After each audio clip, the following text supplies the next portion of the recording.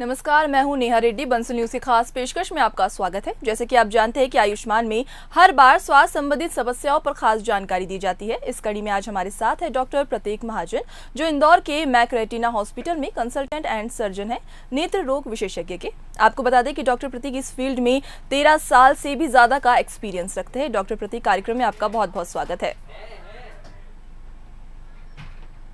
आज हम बात करेंगे रेटिना और इससे जुड़ी बीमारियों के ट्रीटमेंट के बारे में। अगर आपकी भी इससे जुड़ी कोई भी समस्या है तो आप हमारे नंबर्स लगातार आपकी टीवी स्क्रीन पर फ्लैश हो रहे हैं, आप हमें कॉल कर सकते हैं और सीधे बात कर सकते हैं डॉक्टर प्रतीक से। डॉक्टर प्रतीक, सबसे पहला तो हम आपसे यही जानना चाहेंगे कि आखिर रेटिना क्या होता है। बहुत सारे लोगों में इस बारे में जानकारी नहीं होती, तो आप सबसे पहले तो उसका इंट्रोडक्शन बताइए।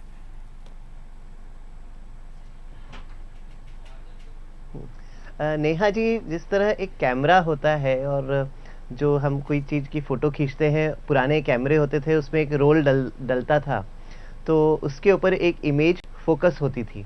उसी तरह हमारी आंखें एक कैमरे की तरह काम करती हैं। जो आगे का हिस्सा है, वो जो भी चीज़ें हम देख रहे हैं, वो उसका जो प्रतिबिंब है वो फाइनली आँखों के एक पर्दे पर फोकस होता है, जिसे हम नेत्र पटल या रेटिना कहते हैं। जी डॉक्टर प्रतीक, रेटिना में कौन कौन सी बीमारियां हो सकती है?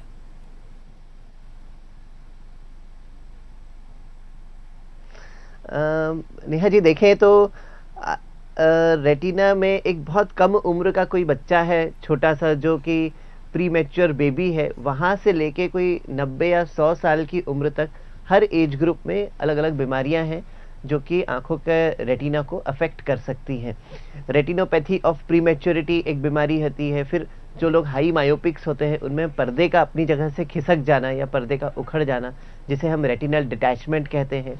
जिस तरह डायबिटिक पॉपुलेशन बढ़ती जा रही है, तो उन लोगों में डायबिटिक रेटिनोपैथी, और जो एजिंग पॉपुलेशन है, जिस तरह हम देख रहे हैं कि हमारे आसपास 60 से ऊपर की एज ग्रुप के पॉपुलेशन बढ़ती जा रही है, तो इनमें एज रिलेटेड मैक्युलर डिजेनरेशन, तो ये सब बीमारियां हैं जो कि रेटिना को अफेक्ट करती हैं, और आम लोगों की ज़िंदगी में अचानक दृष्टि को कम हो जाना, ये सब चीज़ें इनके कारण हो सकती हैं।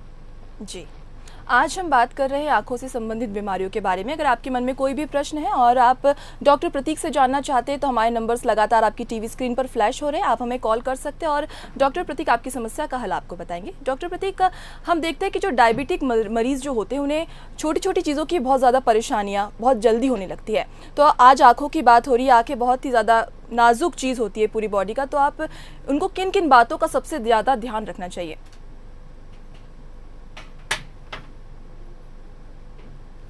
देखिए, जहाँ तक नेत्र की बात है, डायबिटीज़ जो है जिस तरह शरीर के हर अंग को अफेक्ट करती है, उसी तरह आँख के भी हर भाग को, भले सबसे आगे कॉर्निया हो, आँखों के अंदर का लेंस हो, या सबसे पीछे का रेटिना हो, आँखों के हर भाग को डायबिटीज़ जो है अफेक्ट करती है।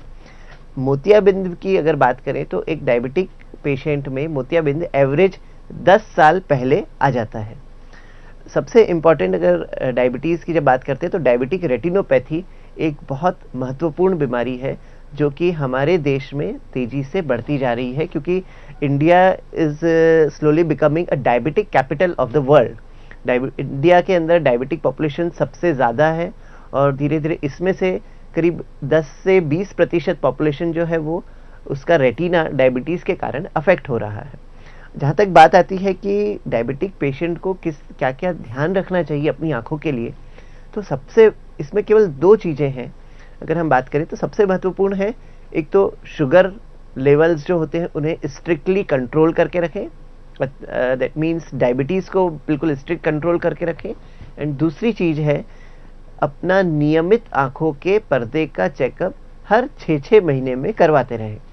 किसी भी तरह का अगर कुछ नुकसान शुरू होता है, शुरुआती स्थिति में हम लोग उसे देख के लेज़र के द्वारा, इंजेक्शन के द्वारा उसको वहीं पर रोक सकते हैं, ताकि भविष्य में टोटल ब्लाइंडनेस आ जाए, ऐसी स्थिति ना बने। जी, अच्छा डॉक्टर प्रतीक, पर्दे का खिसक जाना या फिर रेटिना का डिटैचमेंट, ये क्या होता है? मतलब डिटैचमेंट जो होता है, इसका क्या मतलब होता है?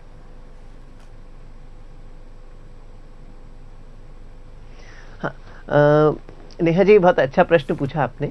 बेसिकली क्या होता है, जो लोग हाई मायोपिक्स होते हैं, जिन्हें -3 या उससे ज़्यादा का नंबर होता है, उन लोगों की आँखों का पर्दा जो है, रेटिना, बहुत पतला होता है। अगर हम इमेजिन करें कोई गुब्बारा है, वो जितना बड़ा होगा उतना वो पतला होते जाएगा। इस तरह का रेटिना जो कि पतला होता है, इसमें कई बार कुछ छेद हो जाते हैं और इन छेदों के कारण पर्दा अपनी जगह से खिसक जाता है। कई बार कुछ चोट लगने के कारण भी रेटिनल डिटैचमेंट हो सकता है। कई केसेस डायबिटीज़ के भी होते हैं जिनमें रेटिनल डिटैचमेंट हो जाता है। अगर किसी को रेटिनल डिटैचमेंट हो जाए तो ये एक सर्जिकल इमरजेंसी होती है, इसमें तुरंत ऑपरेशन करना चाहिए। और आजकल की जो टेक्नोलॉजी है उसके द्वारा इसमें सही समय पर ऑपरेशन करके इसमें काफ़ी अच्छा रिजल्ट मिल सकता है। जी, अच्छा डॉक्टर प्रतीक, हम देखते हैं कि कुछ लोग होते हैं जिनकी आंखों से लगातार आंसू आते रहते हैं, पानी निकलता रहता है, तो उनको वो लोग और ये चीज़ को अवॉइड करते रहते हैं, तो आप क्या कहना चाहेंगे ऐसे लोगों को?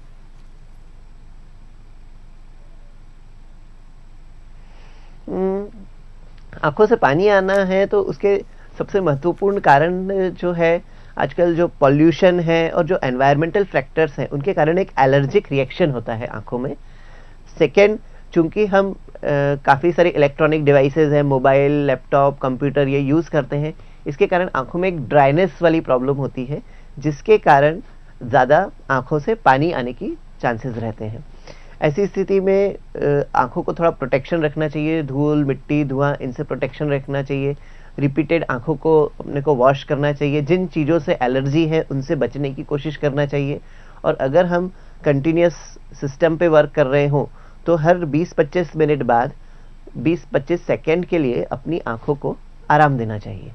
जी डॉक्टर प्रतीक, अक्सर हमारे आसपास के लोग चश्मे का नंबर उतारने के लिए ऑपरेशन करवाते हैं। ये चश्मे का नंबर उतारने का ऑपरेशन कितना सुरक्षित होता है?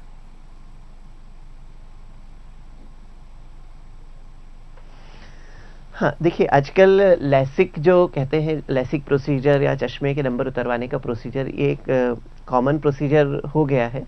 लेकिन बहुत महत्वपूर्ण होता है कि इसमें केस सिलेक्शन सही हो, क्योंकि जो अभी मैंने जैसी बात करी नेहा जी कि जिनको माइनस के नंबर ज़्यादा होते हैं उन्हें रेटिनल डिटैचमेंट की भी रिस्क होती है।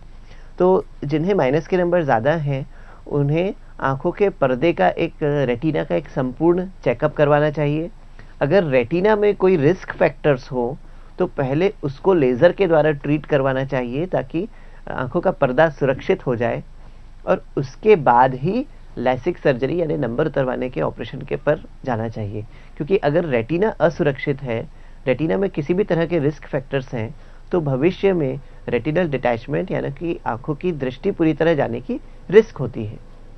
जी, हमारे साथ कॉलर जुड़ चुके हैं, संतोष जी। संतोष, आप क्या पूछना चाहते हैं डॉक्टर प्रतीक से? हम डॉक्टर साहब से ये पूछना चाहते हैं कि हमारी लेफ्ट आंख में सफेद जगह पे एक स्पॉट सा हो गया है जी, आंखों के पर्दे पर। जी हाँ, जी ठीक है। हाँ, हेलो जी डॉक्टर जी, हेलो हेलो। हाँ हाँ डॉक्टर साहब। हाँ हाँ, संतोष जी, आपने जो बताया कि आपको हाँ सफ़ेद भाग पर एक स्पॉट हो गया है, तो अगर ये स्पॉट अभी अभी बना है तो कई बार ये एक, या तो कई बार जन्म से भी हो सकता है, और अगर अभी अभी ये सफ़ेदी भाग पे अब ये स्पॉट दिख रहा है तो कई बार ये आंखों में कुछ ड्राइनेस वगैरह के कारण हो सकता है। तो हम ये सलाह देंगे कि आप अपने नज़दीक में किसी नेत्र चिकित्सक को दिखाएं और उसके बाद ही इसका कोई समाधान हो सकेगा। जी, आज हम बात कर रहे हैं आंखों से संबंधित बीमारियों के बारे में। अगर आपके मन में कोई भी प्रश्न है और आप डॉक्टर प्रतीक से जानना चाहते हैं तो आप हमसे सीधे तौर पर जुड़ सकते हैं। हमारे नंबर्स लगातार आपकी टीवी स्क्रीन पर फ्लैश हो रहे हैं। डॉक्टर प्रतीक, अक्सर सुना है कि आंखों के अंदर इंजेक्शन लगाने की जरूरत पड़ रही है, या किन परिस्थितियों में लगाए जाते हैं और यह कितने ज़्यादा सुरक्षित होते हैं?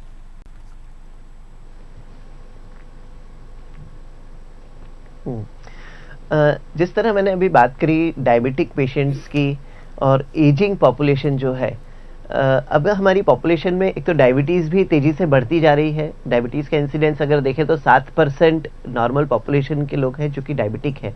इसी तरह करीब अपने हिंदुस्तान में करीब 12% आबादी है जो कि 60 वर्ष से ऊपर है। ऐसी स्थिति में ये दोनों ही कंडीशंस हैं, डायबिटिक रेटिनोपैथी एवं एज रिलेटेड मैक्युलर डीजनरेशन। इन दोनों ही बीमारियों में कई बार पर्दे पर सूजन आ जाती है और इस सूजन को ठीक करने के लिए आँख के अंदर इंजेक्शन दिए जाते हैं। ये इंजेक्शन काफ़ी ज़्यादा सुरक्षित होते हैं। इन्हें बहुत ही बारीक 30 गेज की नीडल के द्वारा दिया जाता है, जिसमें किसी भी तरह की कोई तकलीफ नहीं होती है। केवल समझने वाली वस्तु ये होती है कि कई बार ये इंजेक्शंस को रिपीटेड देने की ज़रूरत पड़ती है, यानी कि हमें महीने भर बाद, 2 महीने पर, तीसरे महीने पर, ऐसे कई बार मल्टीपल इंजेक्शंस की ज़रूरत होती है। बट जैसी भी ज़रूरत हो, मैं यही सलाह दूंगा कि इसे करवाना चाहिए, क्योंकि यह दृष्टि को सुरक्षित रखने के लिए ज़रूरी होता है। जी, हमारे साथ कॉलर जुड़ चुके हैं, लोकेश भिलाई से। जी लोकेश, आप क्या पूछना चाहते हैं डॉक्टर प्रतीक से?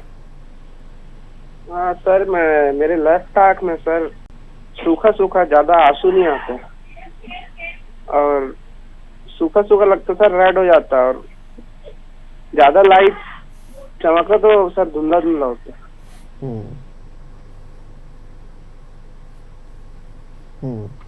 देखिए लोकेश जी, जो आप जिस तरह से कह रहे हैं, जो हमें लग रहा है कि एक ड्राइनेस वाली प्रॉब्लम है कि आंखें ड्राई हो जाती हैं। आपको, अगर आप सिस्टम पे बहुत ज़्यादा कुछ कंप्यूटर पे काम करते हो, मोबाइल कंटिन्यूस प्रयोग करते हो, अक्सर देर रात तक मोबाइल प्रयोग करते हो, तो ये चीज़ होने की संभावना रहती है। आपको आंखों को थोड़ा सा रेस्ट देना चाहिए अगर कंटिन्यूस सिस्टम पे वर्क करते हैं। अगर बाहर जाते हैं तो धूल मिट्टी से आंखों को प्रोटेक्टेड रखना चाहिए। कुछ ड्रॉप्स होते हैं, ल्यूब्रिकेटिंग ड्रॉप्स जो बोलते हैं, उनका आपको इस्तेमाल करना चाहिए। उससे आंखों को उससे आपकी आंखें कंफर्टेबल रहेंगी। जी डॉक्टर प्रतीक, बड़ी नई टेक्नोलॉजी और विज्ञान के साथ साथ रेटिना के इलाज में क्या क्या परिवर्तन आए हैं?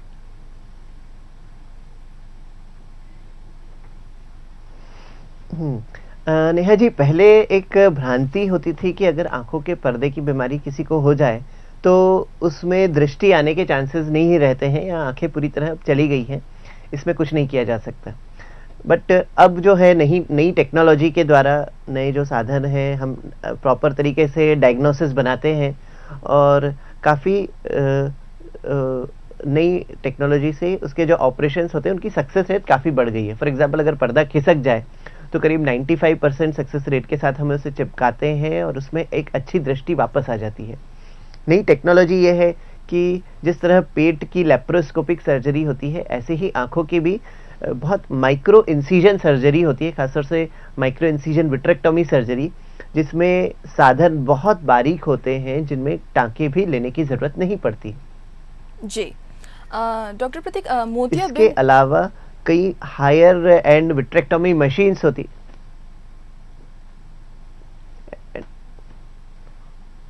जी डॉक्टर।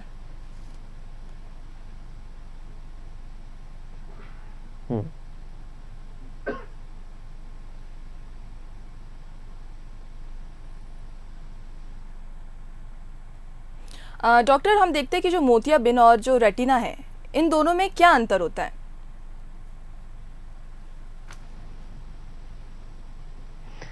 देखिए, मोतियाबिंद आंख के सबसे आगे के भाग में होता है। आंखों के सबसे आगे के भाग में एक लेंस होता है, जो कि जब धुंधला हो जाए तो उसे हम मोतियाबिंद कहते हैं। लेंस का काम होता है कि जो बाहर की लाइट होती है उसे वो एक बिंदु पर फोकस करता है। जिस बिंदु पर फोकस होता है वो बिंदु जो है वो एक्चुअली आंखों के पर्दे पर होता है, जिसे हम रेटिना कहते हैं। रेटिना की बात करें तो रेटिना सही मायने में एक मस्तिष्क का हिस्सा है। रेटिना की ही कुछ जो सारी नर्व्स हैं, वो सारी नर्व्स इकट्ठी होके एक ऑप्टिक नर्व बनाती है, जो कि मस्तिष्क तक जाती है और वो सिग्नल्स को मस्तिष्क में रिले करती है। इसी के द्वारा हमें दृष्टि प्राप्त होती है। जी, हमारे साथ कॉलर जुड़ चुके हैं कोरमा भिलाई से। जी, स्वागत है आपका कार्यक्रम में। क्या पूछना चाहते हैं आप डॉक्टर से? हाँ, हेलो जी, आप अपना सवाल पूछें। क्या डॉक्टर प्रतीक साहब क्या पूछना चाहते हैं? मैं ये सवाल पूछ रहा हूँ, 30 साल से डायबिटिक हूँ और एक आंख में मोतियाबिंद आ गया है। डायबिटिक के कारण बोले कि अभी उन्होंने हाँ सर। जी, आप सबसे पहले टीवी का वॉल्यूम कम कर लीजिए। वॉल्यूम कम करो। हाँ सर। जी, अपना प्रश्न पूछिए आप। हाँ, 20 साल से डायबिटिक हूँ जी। हाँ, और एक आंख में मोतियाबिंद आ गया है। वो शुगर अभी जो है मेरे को 30 साल से है, तो बोले कि अभी वो आप जो है आंखों का छेड़खानी मत करो, मोतियाबिंद जो है, हाँ, अभी कुछ छेड़छाड़ी करने से वो आपका आंखों में खराबी आ सकती है करके डॉक्टर ने मुझे मना कर दिया।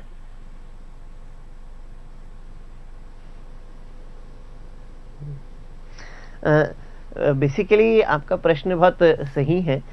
जब मोतियाबिंद भी है और डायबिटीज़ भी बढ़ा हुआ हो, तो पहली चीज़ यही होती है कि डायबिटीज़ को कंट्रोल करा जाए।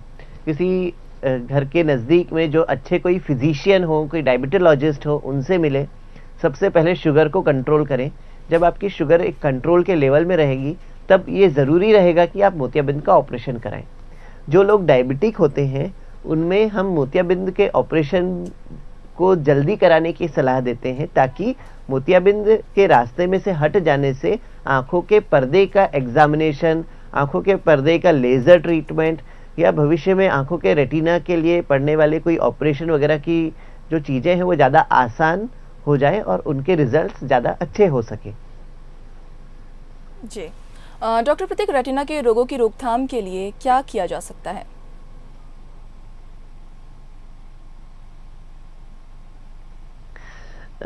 देखिए नेहा जी, अगर कई चीज़ें होती हैं जिसे हम माने कि मॉडिफाइबल फैक्टर्स होते हैं, जो चीज़ें अपने हाथ में होती हैं, और कुछ जेनेटिक फैक्टर्स होते हैं जो किसी के भी हाथ में नहीं होते। फॉर एग्जांपल, अगर किसी को डायबिटीज़ होना है तो उसे हम नहीं प्रिवेंट कर सकते, लेकिन अगर है तो उसे कंट्रोल में रख सकते हैं अच्छी लाइफस्टाइल के द्वारा। तो हमें अपने खाने में फल, सब्जियां, एंटीऑक्सीडेंट्स की मात्रा अच्छी रखना चाहिए। स्मोकिंग नहीं करना चाहिए। टोबैको इंटेक नहीं होना चाहिए। जब भी हम बाहर तेज धूप में जाएं तो गॉगल्स पहनना चाहिए, जिससे आंखें अल्ट्रावायलेट लाइट से प्रोटेक्टेड रहें। इन सब चीज़ों से हम अपनी आंखों को एज रिलेटेड मैक्युलर डिजेनरेशन से बचा सकते हैं। दूसरी चीज़, किसी भी तरह जहाँ पर हमें चोट लगने की संभावना हो तो हमें आंखों की सुरक्षा करना चाहिए। स्पेशली कुछ गॉगल्स पहनना चाहिए। फटाके वगैरह फोड़ते हैं उस समय ध्यान रखना चाहिए कि आंखों में किसी तरह की चोट न लगे।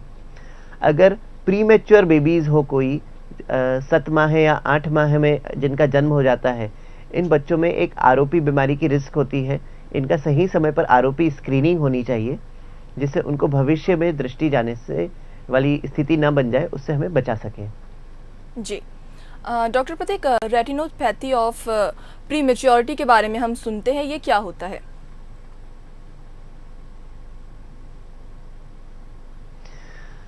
जिन बच्चों को 7 माह या 8 माह में जिनका जन्म हो जाता है, मतलब माँ के गर्भ में जो 9 महीने पूरे नहीं कर पाते हैं, इन बच्चों को हम प्रीमेच्योर बेबीज़ कहते हैं। प्रीमेच्योर बेबीज़ का आंखों का पर्दा पूरी तरह परिपक्व नहीं हो पाता।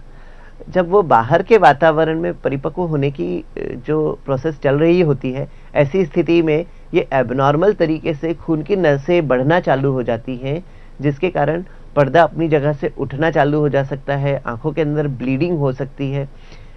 इन सब स्थिति से आंखों की दृष्टि पूरी तरह जाने की संभावना रहती, अर्थात यह बच्चा आजीवन अंधा होने की संभावना होती है। ऐसी स्थिति में इसे सही समय पर अगर डायग्नोसिस कर लिया जाए, यानी कि बच्चा अगर एनआईसीयू में हो, उसी समय हम इसकी स्क्रीनिंग करें, उसे देखें, समझें, और उस समय अगर लेज़र की ज़रूरत हो तो वो करें, आंखों में इंजेक्शन दें, तो ज़रूरत हो तो इंजेक्शन दें। इन सब के द्वारा अगर उसकी उसी समय एक्ट करके उसको बचा लिया जाए, तो उस बच्चे को आजीवन नेत्रहीन होने से हम बचा सकते हैं। बिल्कुल। इसीलिए जब एनआईसीयू में कोई बच्चा एडमिट हो जो प्री मैच्योर हो, तो उनका आरओपी स्क्रीनिंग कराना चाहिए। जी। डॉक्टर प्रतीक, आप अपने दर्शकों को, हमारे जो दर्शक हैं, उनको आप क्या कहना चाहेंगे कि वो अपनी आंखों की देखभाल कैसे करें, कैसे अपनी आंखों का ध्यान रख सकते हैं वो?